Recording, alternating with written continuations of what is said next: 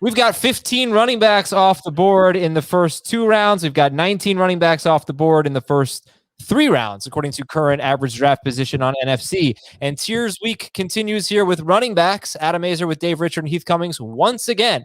Heath, though, is not really interested in talking about running backs. He wants to just talk about Scott Fishbowl. He must have a great team. So we will be comparing our Scott Fishbowl teams. We're having a fishing contest, I guess. Comparing our teams through however many rounds we're at. What's up, guys? I thought it fit with the theme of Tiers Week, because when you hear about Dave and my team, you're going to have tears because yours is so bad. Yeah, that's right. Or the audience will be in tears laughing at how bad my team is. Remember I told you on the previous show that I had a pick skipped? Yes, you? Yes. No, but you should know that I probably would have taken a third New York Giant with that pick. He was then taken after I missed the pick, so it probably was a good thing. It saved me from having 3 Giants on my team. So when it skips a pick, you don't get to make that pick at all? You do, but by the time I was notified that I missed the pick, like 5 other players had been off the board. I see. That's fair. Yeah, I'm glad you didn't just like straight up miss the pick. No, I got it. I was going to take Evan Ingram probably, but he was selected. Yeah, you don't want to do that. Okay, so let me ask you a tiers question here. When do you see in your mind the first big drop-off at running back? I will say the drop-off happens when you go into the 5th tier. I think there are 4 solid tiers, chock full of running backs that have potential of anywhere from 1,106 touchdowns to 2,015 touchdowns. And so some of the names here. So for you, it's like Chris Carson, Gaskin, ETN, Jacobs, Mike Davis, Kareem Hunt. That's the end of tier 4. Okay. Mm-hmm. And then after that, Michael Carter. It's about 25 names for me. How about you, Heath? Here's the thing, because I'm looking at this from in terms of where people are drafted, we're obviously going to take a bunch of running backs at the start. And so it doesn't seem like maybe there's a tier at the start, but looking at it just in terms of PPR projections, I hear that.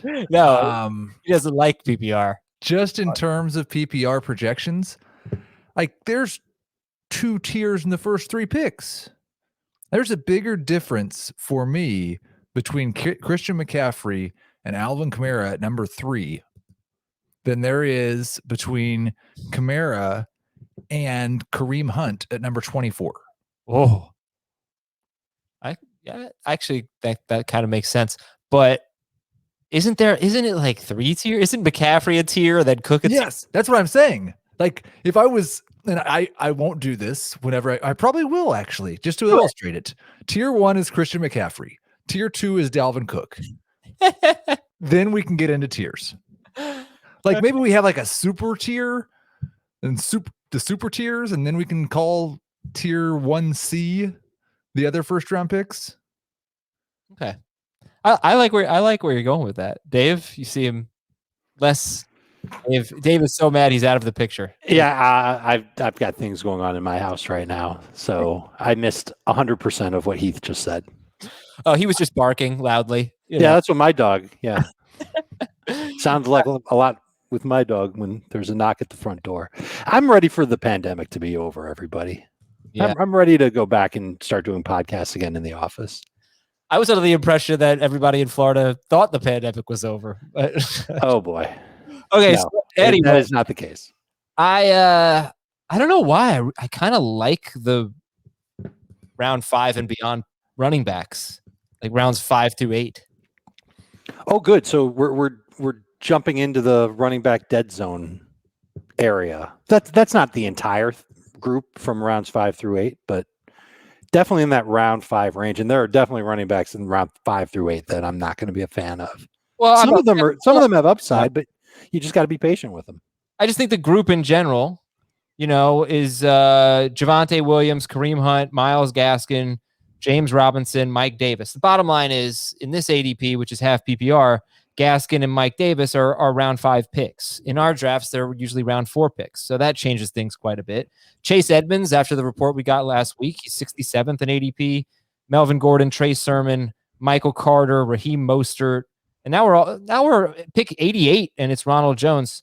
Just that overall group, you've got Davis and Gaskin, you've got Kareem Hunt, you've got James Robinson, Chase Edmonds, Michael Carter, Trey Sermon, Raheem Mostert, who's behind Trey Sermon in ADP. I don't know. Heath kind of feels like a good group, actually, but I may have felt that way about this group last year. I'm looking at ADP from last year too. We can compare the two, but I don't know. I see some opportunity there. Well, like the thing is, it kind of depends on whether you're a Mike Davis, Myles Gaskin believer, right? Is it crazy to say I'm a believer in them in round 5, but not in round 4? Is it that much? We've had this discussion. I do think it's a little bit crazy. Yes. Because I don't think there's actually that much difference, especially if you're talking about the end of round 4 and the beginning of round 5. Now we're not. Their ADP has been more towards the end of round 5. Right. But yeah, I think there's a chance with Gaskin, Davis, Edmonds. And then there are some secondary backs or rookie backs that have a chance to emerge. There's the Buffalo situation. Maybe one of them is good. I don't dislike it as much as everyone else seems to. All right, we'll get into those tiers in a moment. So, all right, let's do it. Let's talk about our Scott Fishbowl teams. But Dave, I'm not sure if you're aware of this. You were on a vacation last week. Did you know that you became a hip hop star over the last week? Did not know. Well, here you go. Yeah, I don't think the Bills are suddenly going to become a run team. I think they're going to continue to lean on Josh Allen. I think Allen has learned how to throw an accurate football.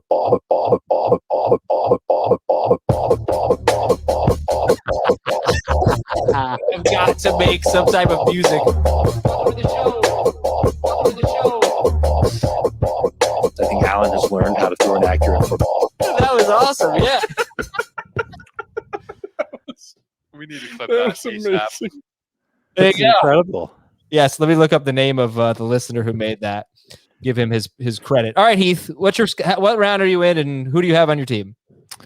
I just made my round 12 and 13 picks. Do you want me to go by position or let's go by position? Yeah, position. Yeah, do it. Okay, so my quarterback group: Dak Prescott, Derek Carr, Justin Fields.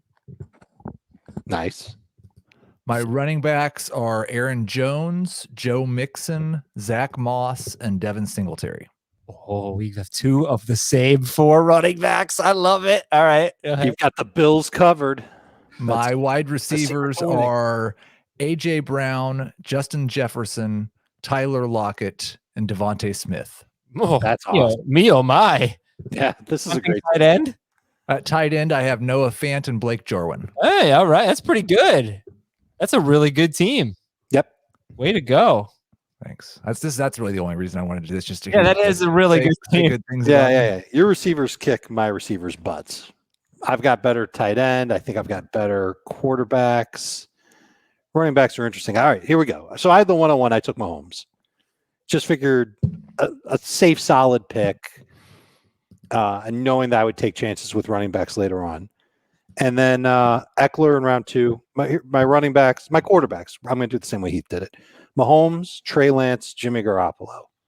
So only 2 teams worth of quarterbacks, but I'm covered through at least the first 6 weeks of the season. Running backs: Eckler, Clyde Edwards-Helaire, James Robinson, Darrell Williams.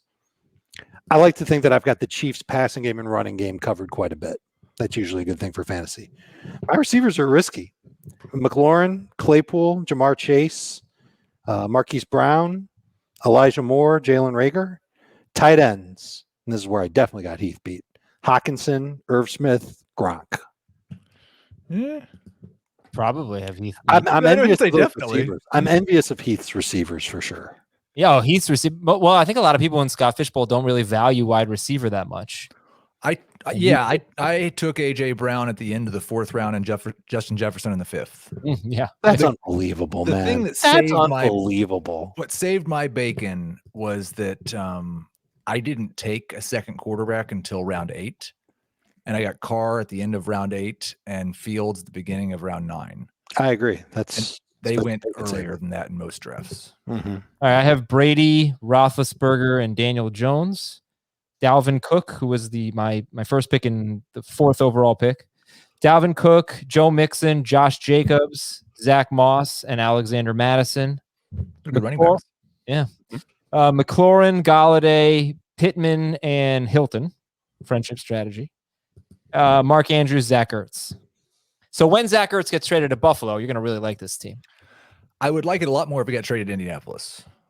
Then you've got all the Colts. I'm not going to rank Zach Ertz very high if he goes to Buffalo. They are dying to get production from their tight end. They could not have spoken about it more. They're just lamenting how Travis Kelce, we've got to have that kind of player. We got to have production from the tight end spot. It's a big year for Dawson Knox. Like they really, really want it. So I would be pretty interested. Where would you rather see him? You'd rather see him go to the Colts. How about you, Dave? I don't know if I'd like him to go to the Colts. I think it would make sense if he goes to the Colts, and he'd probably be productive there, but they like to use multiple tight ends. They like to use everybody that they have. And I'd be worried about the values of those other pass catchers in Indianapolis dropping. And I'd be worried about it too if he went to Buffalo. So I think I would rather prefer that the Indianapolis receivers see their values dip a little rather than Buffalo's receivers, and mainly Diggs. It's not going to dip Stephon Diggs' value. I hope not, but God forbid it ruins his touchdown potential. I don't think Zach Ertz is really that great of a player anymore. No. He can't separate from single coverage. I don't think defenses fear him at all.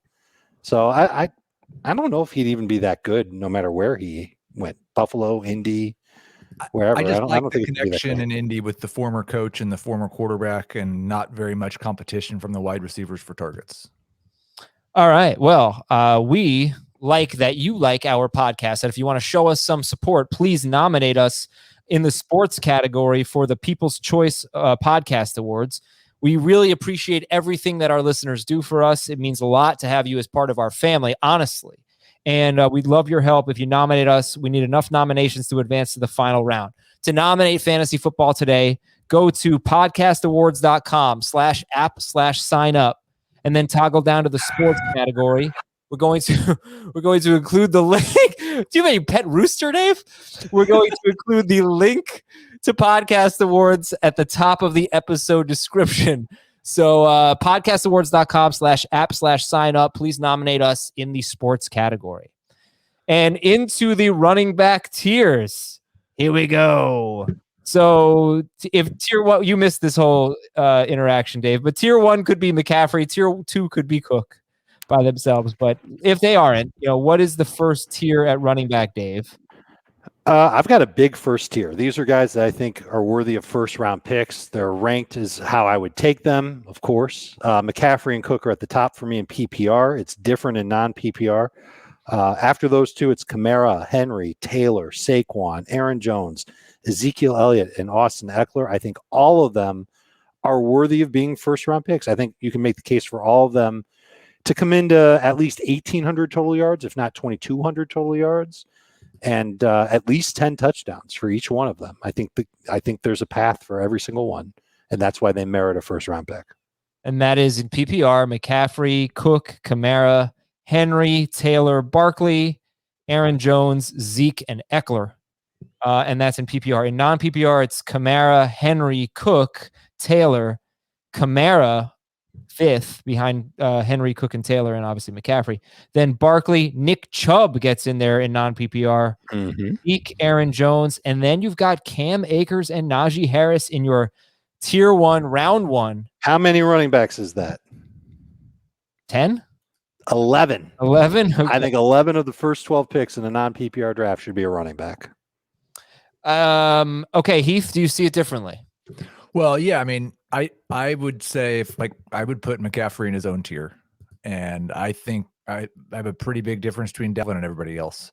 But the other guy, it is a pretty big tier after that. I've got Kamara, Jones, Henry, Eckler, Elliott, Mixon, Taylor, and Barkley, all in that order in one tier. Those are the same names, right? I mean, I kind of missed them all as you were going. I didn't put Akers, Swift, or Chubbs in there, but they're in the next tier. Swift was not. Or Najee. It was Najee. I don't think you had Najee in there either. No. Heath. Right. But that was but that was only a non-PPR for Dave. Right. Chubb, Akers, and Harris. It was not in full PPR.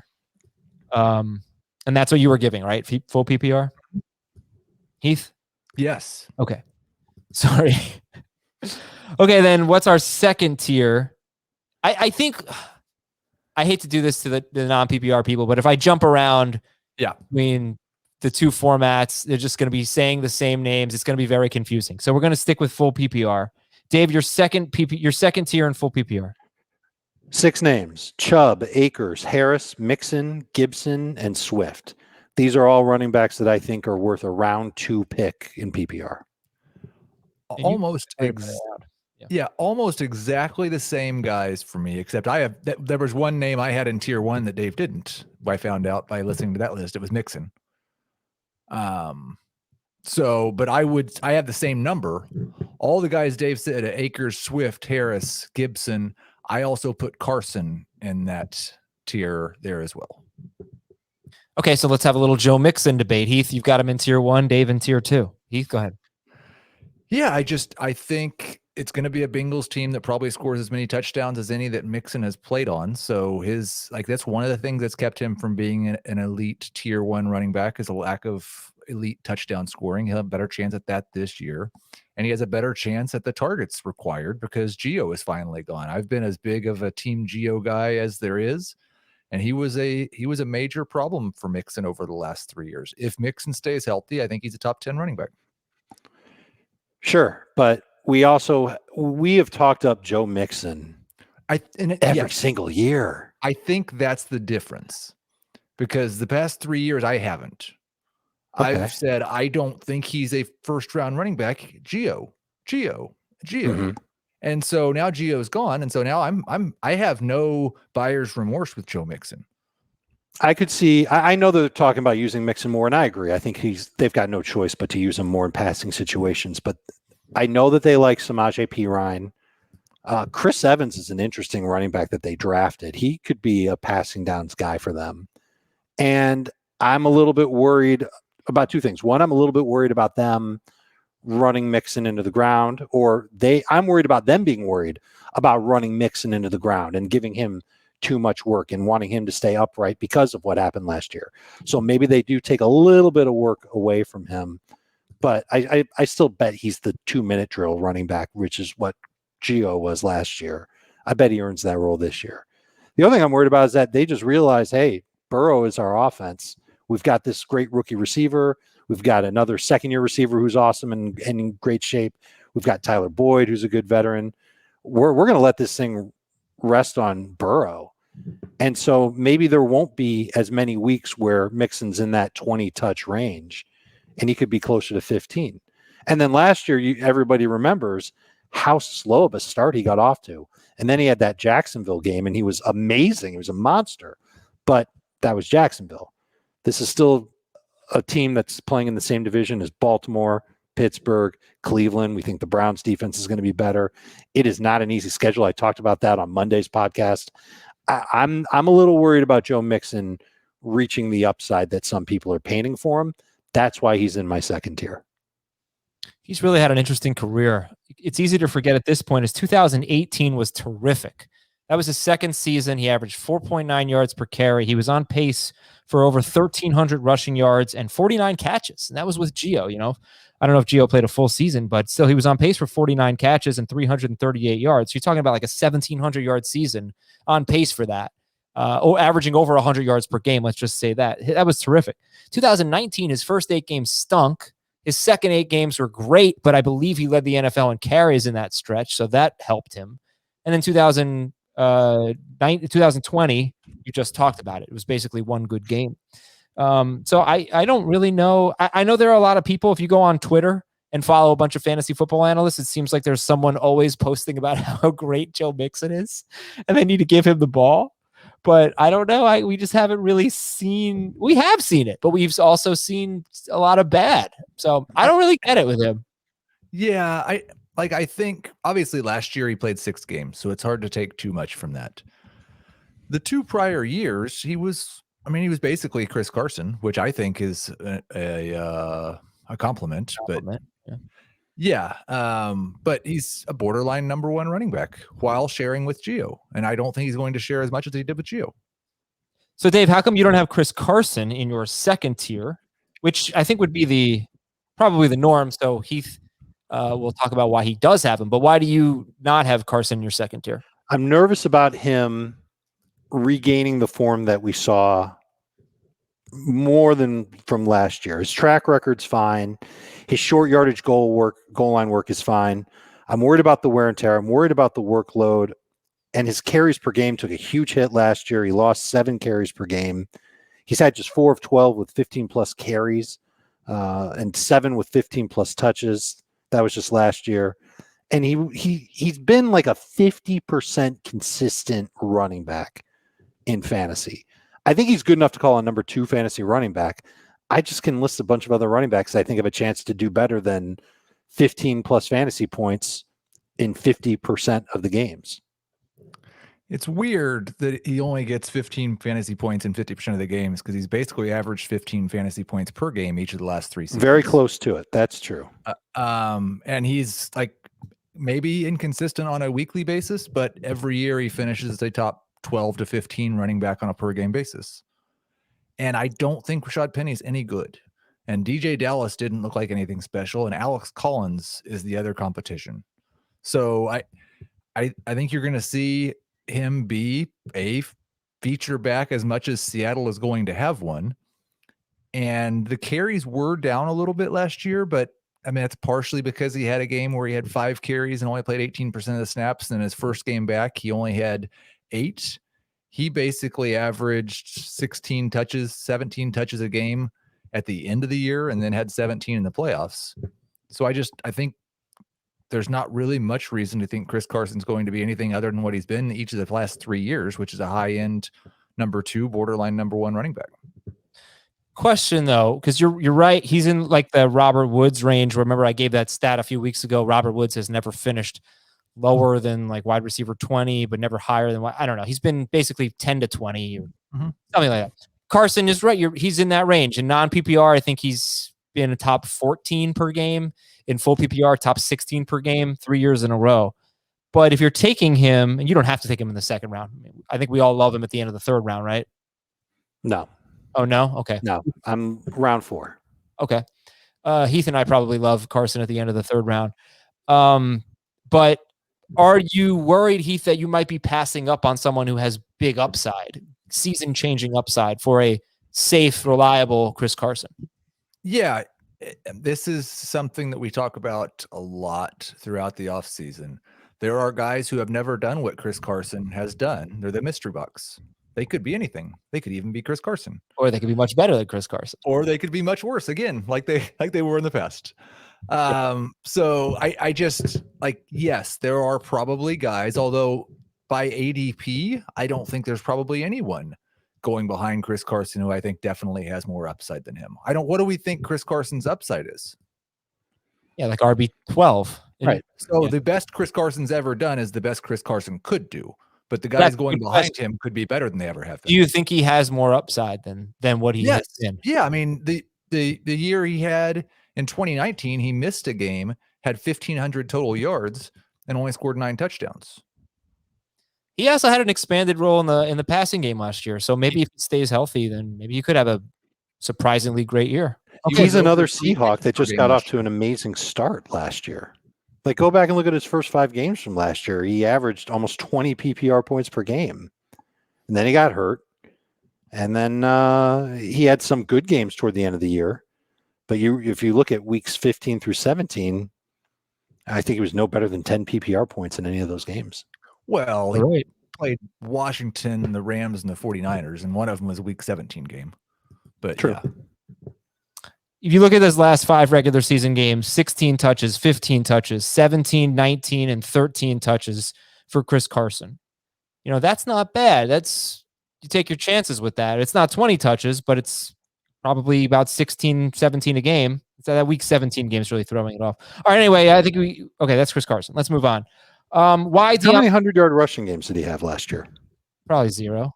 How many 80-yard rushing games did he have last year? 80 or more? Knows once, and he had 3 70-yard games. Mm-hmm. But you have to look at total yards, you know? You can. How many 100 total yard games did he have last year? 3 and a 98-yard game. So almost 4. Is that good, bad? Out of really 11 games. That's pretty good. It's not even half. Yeah, but he's not a first-round pick. He's not even a second-round pick. I thought Heath was making the argument that he would be a third-round pick. Yeah. I think we can find other running backs in round 3 that can be more consistent than that. There are guys that you could hope will be.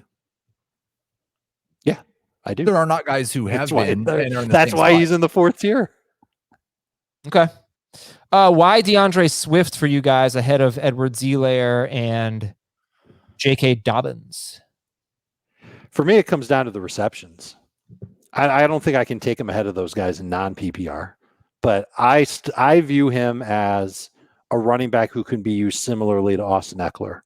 And I bring up Eckler because that's the running back that Anthony Lynn had for several seasons in LA, and he was amazing catching the ball out of the backfield.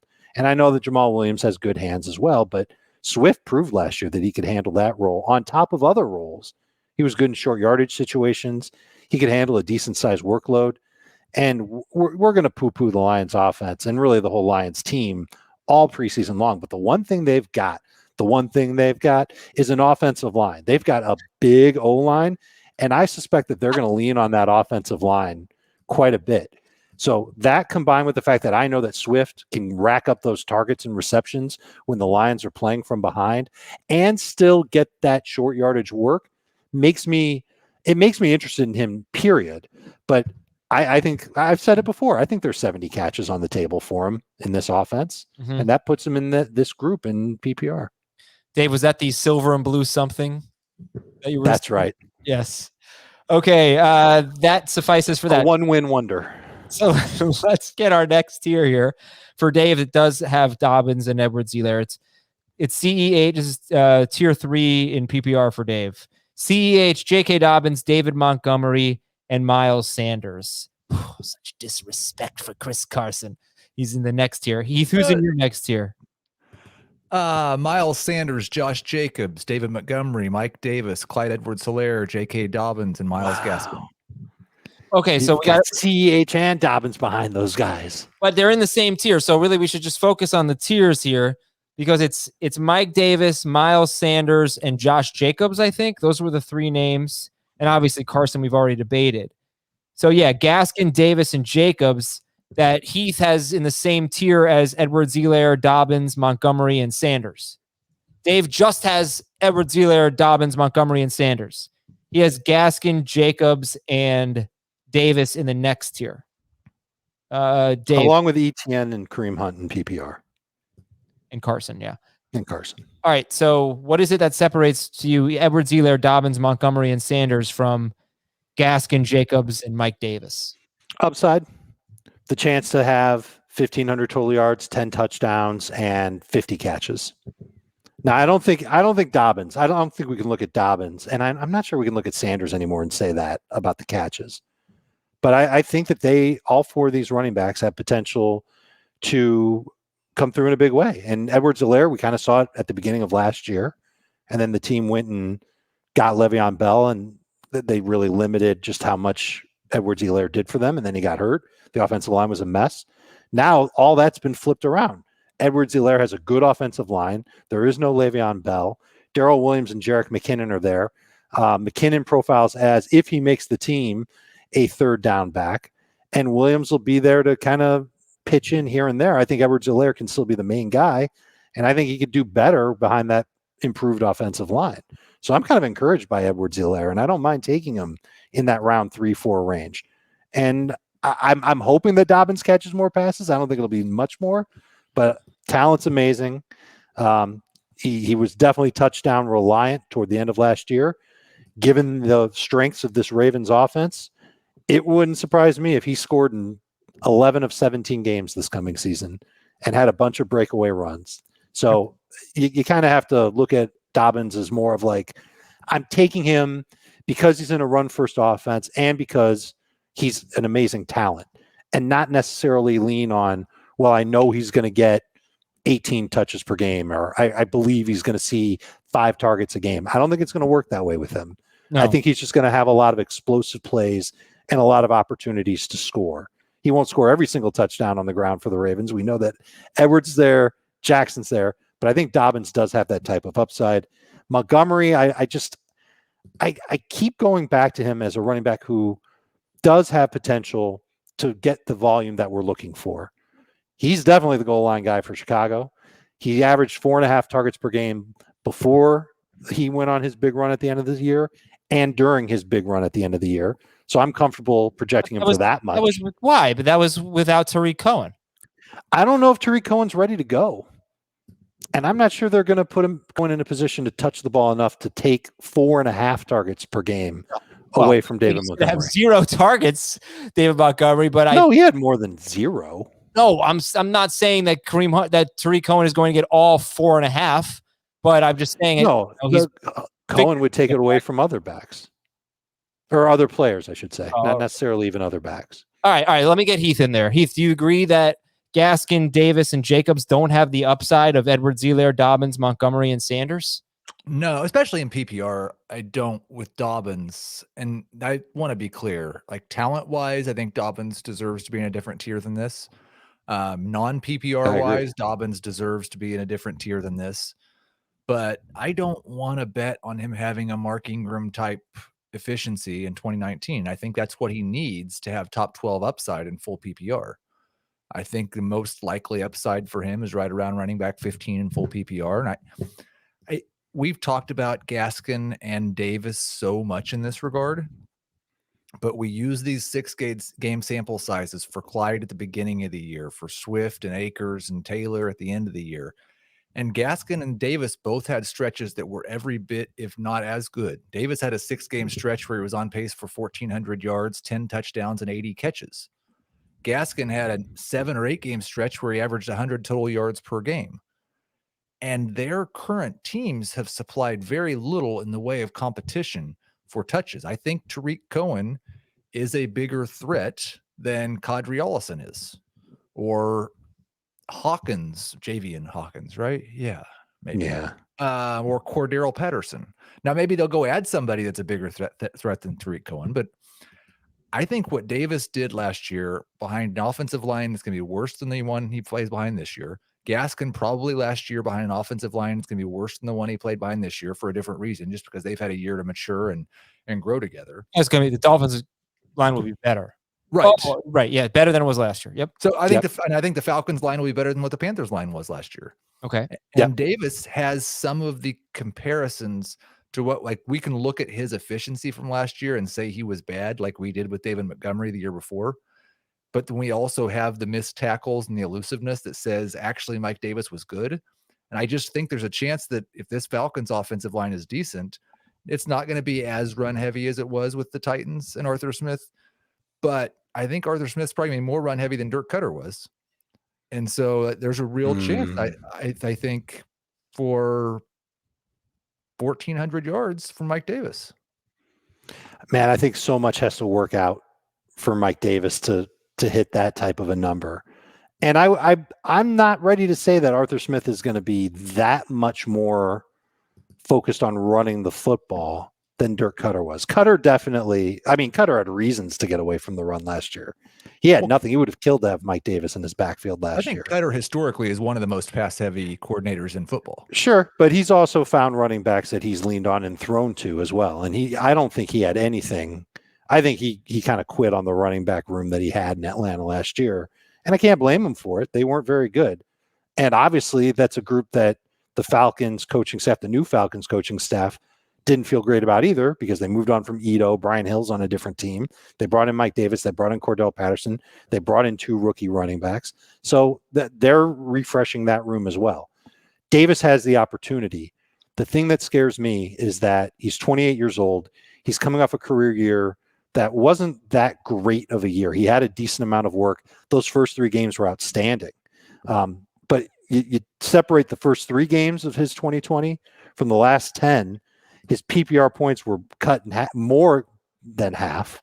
His target rate was down a huge amount. His efficiency went way down.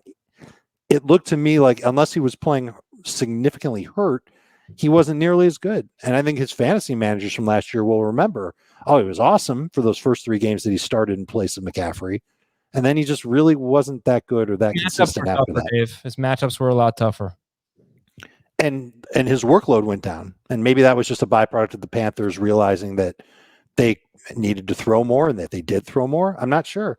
But I'm pretty sure the Falcons are going to be in a lot of situations this year where they're going to want to or have to throw because their defense isn't that good. And I'm not ready to guarantee that Mike Davis is going to be dominant with the touches and the playing time. 70% of the playing time. I don't know if he's necessarily going to get that there. But this is a tier where we don't know that. Like this, like we don't. J.K. What Dobbins tier number are we on? Because I thought we were on the third tier. We're on Dobbins, Clyde, Montgomery. Oh my God. But to me, it's a no-brainer that those guys are going to be in a much better position than Davis. And I think it's a no-brainer that those guys are better players than Davis. For sure. Dobbins is probably going to play 45 to 50% of the snaps, though. No, I bet he plays. Well, I don't think he's going to play 70% of the snaps either. I think that's fair to say. But I think he'll be way more efficient than Mike Davis. I bet he gets more touchdown opportunities than Davis, too. I think if Davis were a better player, you'd have him in a different tier. Yeah, not to mention younger. If Davis were a better player, he wouldn't be getting this first opportunity to be a lead back week one for a team at 28 years of age. But I'm not, yeah. I just don't know that the opportunity is that much different. I just think that you don't have as much confidence in him delivering. No, I don't have them. Then that's the key. On PPR, but I think Davis probably catches 50 to 60 more passes than Dobbins. He averaged 8.3 targets per game in the first 3 games of 2020. This is after McCaffrey got hurt. And in his last 10, and we're taking out the game where McCaffrey came back and got hurt and left, 3.7 targets per game.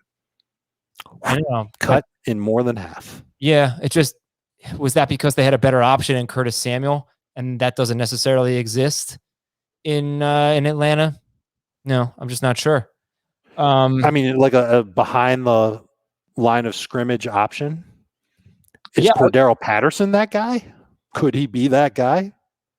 I don't know. I know we don't want to think about that. I don't think he's 100 targets, but Dave's fourth tier, and this is probably the last tier. This is the question I asked at the start of the show.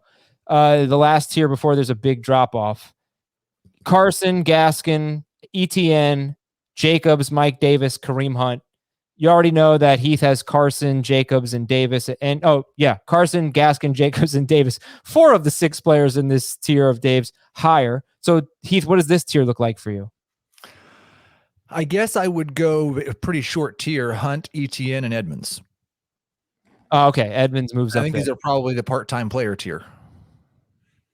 The part-time players that have immense upside. If things go their way, if a teammate gets hurt. Just those 3 players, ETN, Hunt, and Chase Edmonds? I mean, we could say that about other running backs, but these guys have... I mean, if Nick Chubb ceased to exist, Kareem Hunt and Heath will attest to this, would be in the first tier, no problem. If James Robinson ceased to exist, ETN would probably be in no farther down than the third tier, if not the second tier. And if James Conner didn't exist, Edmonds would be at least 1 tier higher. Like if it's clearly Chase Edmonds getting all the work in Arizona, man, sign me up for that. He'd be at least 1 tier higher. Okay, so this, 24-ish running backs, how many of them do you want on your team at the point that we're in around 5 and 6 here? How many of them do you want on your team at this point? How many running backs overall do I want, or from this specific tier? From tier 1 through tier 4, wherever we're at now. So I'm through 6 rounds. How many running backs would I like to have on my team? 3, at least. And I might have done it with my first 3 picks. What would you say, Heath? I'm agnostic. What is with this agnostic thing? You're the 3rd analyst to say that on this show in the last week. I didn't hear the first 2 say it, but I'm sorry. I could try to think of a different word. I just is that like a new thing? It depends on He's not willing to commit. He's non-committal. Yeah. Okay. I could envision a situation where I had a team with 0 of these running backs, and I really, really liked it. All right, we can take a break then. Before we take a break, I do want to remind you that tonight, Tuesday night, we're having some fun. We're playing poker and talking football. What could be better? I'm going to try to eat an unhealthy snack while we do this. It just feels like I need to bring, something like Cheetos to the poker football talk. But join us on our YouTube channel, youtube.com/fantasyfootball today. That's actually the orange fingers would be, I think it would be a bad idea. It would get all over your laptop. Yeah, we don't want mess. Company laptop. Tuesday, 7 p.m. It is courtesy of Faded Spade. And Faded Spade helps nonprofits fundraise. Their next high-profile virtual poker tournament is supporting Charity Bomb on July 29th, and that is featuring rock stars from Alice in Chains, All American Rejects, and more. So join us at youtube.com/fantasyfootball today, Tuesday night, 7 p.m. Watch some poker, ask us some football questions, subscribe to our channel, and we will see you on YouTube tonight at 7 p.m. Eastern. All right, taking a break and talking about the Raheem Mosterts, Michael Carters, James Robinsons of the world, and then beyond, the Devin Singletaries, the Giovanni Bernards, the Naeem Hines is of the world. We'll be right back. Welcome back to the running back tiers. We've gone through 4 tiers, basically, about 25 running backs or so. We're into maybe round 7 or so in average draft position. And these are our point per reception, PPR tiers. Dave's 5th tier. Go for it. Michael Carter, Raheem Mostert, James Robinson, Javonte Williams. Chase Edmonds is in this tier for me, and Leonard Fournette brings up the rear. So a lot of running backs, most of these running backs, I think we can look at and confidently say they're going to share. But again, perfect world where a guy on their team goes on vacation and decides to retire, they're going to jump up a tier or two. Or if a veteran, and in the case of Denver, Melvin Gordon gets cut, doesn't make the team, well, the rocket ship will go off for Javonte Williams in a big way. But all these things can also happen in season where Melvin Gordon gets hurt or Trey Sermon doesn't meet expectations early on and Raheem Mostert takes off, or same thing with ETN, and that helps James Robinson. All these guys, you could look at them and say, all right, if one thing goes their way, they've got a path to being at worst a number 2 fantasy running back that you'd start against anybody every single week. Okay, Heath, so it was Carter, Mostert, James Robinson, Javonte Williams, Chase Edmonds, Leonard Fournette. This is the place where rankings and projections really kind of diverge. Because, like, if I'm just telling you how I have these guys projected, it's as things are in their current situations. And that doesn't really emphasize upside enough once you're past the top 25 or 30. But I have Mostert as the very next player in the projections, followed by Jamal Williams, Kenyon Drake, David Johnson, and Melvin Gordon would be my next 4. Okay, but you said Jamal Williams. Mm-hmm. Yes. But that's not how you're drafting it, right? Well, it would be silly to draft Jamal Williams in round 7 when he's available in round 9. Right. Like, you shouldn't draft based on our rankings if you know that ADP says you can get them 2 rounds later. So, okay, but your tier makes sense. And Carter, Mostert, Robinson, Javonte Williams, Chase Edmonds, Leonard Fournette. Yeah, these are my round 7 targets. One thing goes right, and it could be. I think it's notable the names that are missing from that tier. Like who? That aren't in there. Damian Harris. Yeah, you'd think that Harris would be in there for me after how I went hog wild for him last year, right? Well, and it seems like he's getting more and more positive pub. There's lots of talk that he's just going to be the guy. I've tried to kind of boost him up a little bit more. I think this is a spot where you could find, did you say Trey Sermon? I did not. He's in the next tier. Trey Sermon and then the Buffalo running backs as well. And I've got Moss in the next tier. So what is it about Carter, Mostert, Robinson, Javonte, Edmonds, and Fournette that makes them in a tier above James Conner, David Johnson, Trey Sermon, Melvin Gordon, Zach Moss, and Kenyon Drake? I feel like I feel like fantasy managers can be a little more confident in those players, starting them at least in the beginning of the season. And I also think fantasy managers can look at it, especially in the case of the rookies, as guys that if you have to start them early on in the year, okay, you'll do it. But by Halloween, they could be in a position where you'll be glad you took them in round 7. Okay. All right. So your tier 8. I don't know, Heath. Do you want to give tiers, or do you want to just chime in? No, I think it's instructive because the next, like, if we want to do another tier, I've got something like 16 running backs within 15 points of each other at this point. So, like, in a projections tier system, you can put those guys in the same tier, and then you're sorting them in for drafting by both ADP and what you perceive their upside to be. Which players do you tend to gravitate toward? Well, I think the Singletary is somebody that falls so far that I end up with him a lot. I've actually got Damian Harris in the next tier at the very top of it. Trey Sermon is in there. Zach Moss is in there. This is where I have Carter and Javonte Williams. I just like those two. I don't know that they have 15 touch per game upside. They didn't like, I'm always leery of guys that were part-time backs in college going into the NFL and becoming full-time backs, especially for Carter on a team that I just don't think is going to be very good either. Probably depend on his passing downs role if you can get some cheap fantasy points in that regard. But that would help in PPR, yeah. Yeah. Yeah, I think he can get it. I think he can catch a lot of passes. Why? A lot being like 40. You've got He's a terrible pass blocker. You've got Leonard Fournette 2 tiers ahead of Ronald Jones. I do. I just think that Fournette gets the first crack at it. And again, it's flexible. We don't know what's going to happen in training camp and who's going to look better. Who runs with the ones when the ones play in the preseason, if the ones play in the preseason. But Leonard Fournette ended the year really strong for the Bucs, and he can line up back there, and the Bucs can run any play. I don't think they're confident enough in Ronald Jones to run a play where he's running a route or blocking. I don't think they're going to put him in that position anymore. And that means that that's a tell for the defense. And teams don't like giving tells to the defense.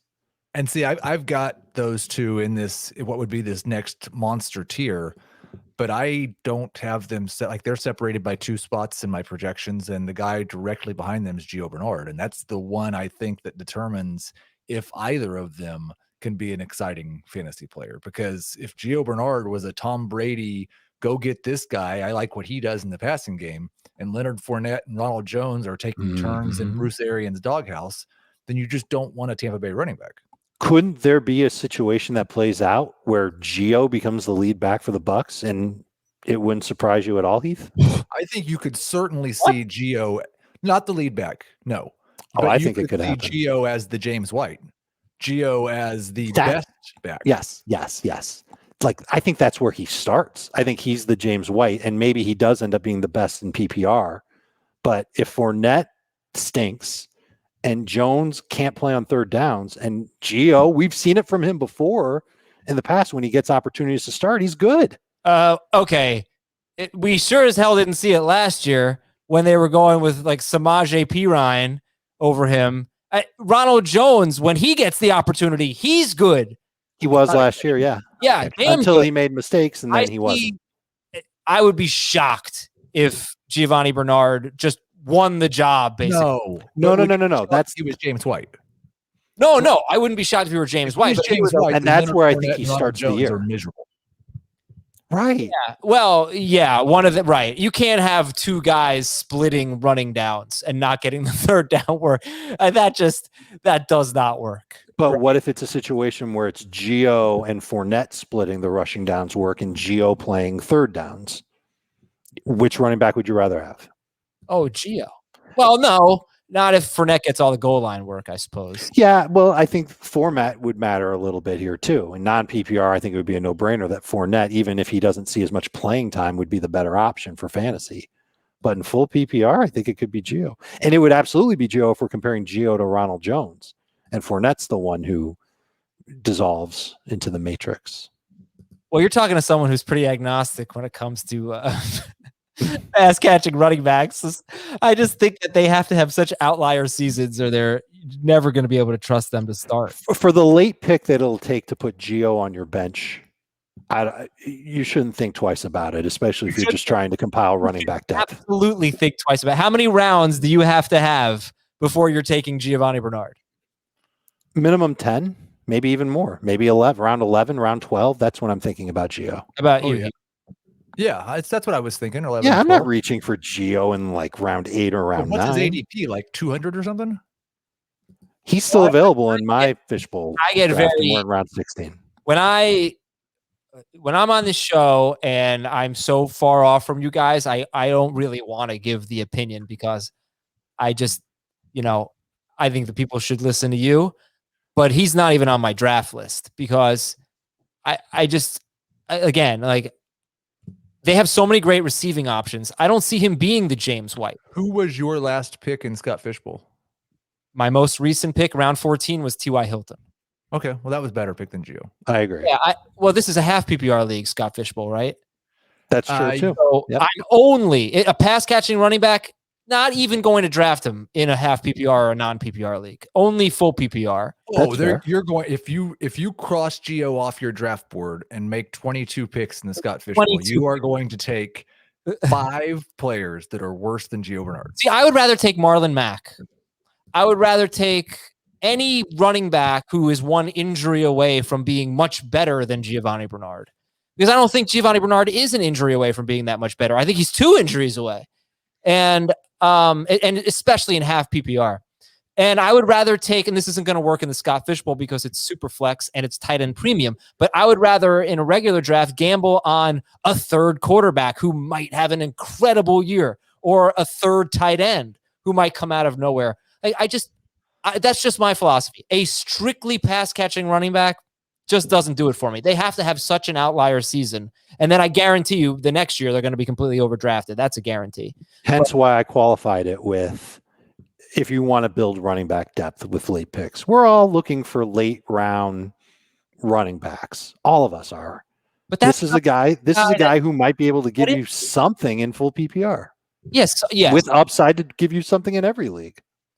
That's, I guess, the question is, does Giovanni Bernard have that upside? Does Nyheim Hines have that? Let's say 80th percentile outcome. So we won't get too crazy. Okay. So not like the absolute, but a very, very good outcome for Gio in full PPR. And he plays a full season is probably 15th at running back. That's what I would say. It would be like 50 catches, 175 carries, and he finds the end zone 6 times, and it would have to be more than 50 catches. Yeah, I think it might be like 80. It would have to be 70 to 80 catches for him to be RB15. Yeah, so I guess I'm saying that he won't be RB15, but what he might be is an RB that fills in during bye weeks or comes into more work by the time you get to November. But we're talking about upside. Heath is giving the upside, the best case scenario, basically. The 80. I mean, I think it's better. His best case scenario is better than what we got out of J.D. McKissic last year. J.D. McKissic scored 3 touchdowns. Sure.